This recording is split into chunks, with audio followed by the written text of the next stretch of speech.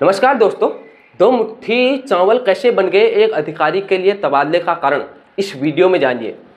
मामला उत्तराखंड से है, क्योंकि उत्तराखंड में सदियों से दो मुट्ठी चावल का महत्व रहा है और विशेषकर चोरों को पकड़ने के लिए, मंदिरों में कोई चोरी हो उसके पकड़ने के लिए या पूरे गांव में शांति स्थापित करनी हो तो मुट्ठी चावल का प्रयोग किया जाता है, क्योंकि इसमें पता चल जाता है कि कौन सा चोर है।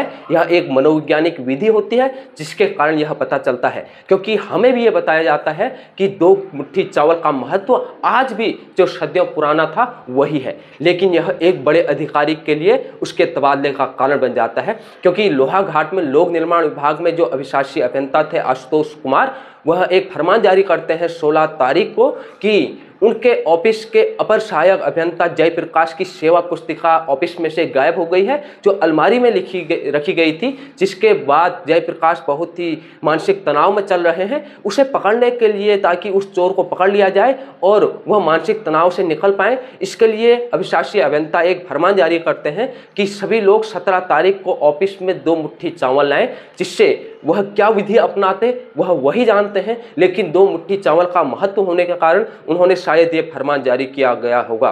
लेकिन उत्तराखंड के लोग अपनी पारंपरिक विधियों को, उत्तराखंड के धार्मिक महत्व को भूल चुके हैं और आज के आधुनिक युग में उस अभिशासी अभियंता को ही खूब गालियां दी और उसके इस फरमान की मजाक बना के रख दी। यह मजाक उन्होंने उस फरमान की नहीं, उत्तराखंड की उस शक्ति की बनाई है, उत्तराखंड के उस महत्व की बनाई है जो सदियों से चोरों को पकड़ने के लिए अपनाई जाती है।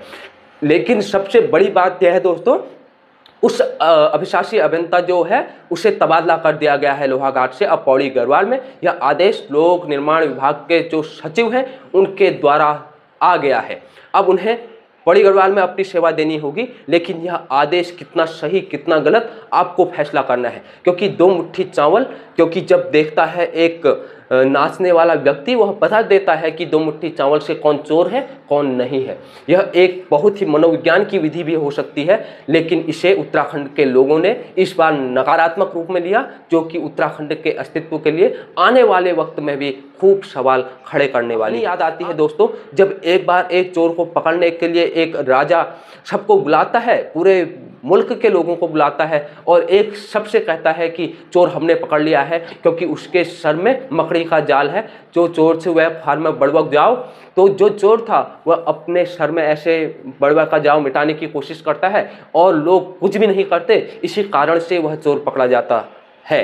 तो ऐसे में यह कोई विधि भी हो सकती थी, लेकिन इसे उत्तराखंड के लोगों ने उस दैवी आस्था की मान सम्मान का अपमान करने के साथ ही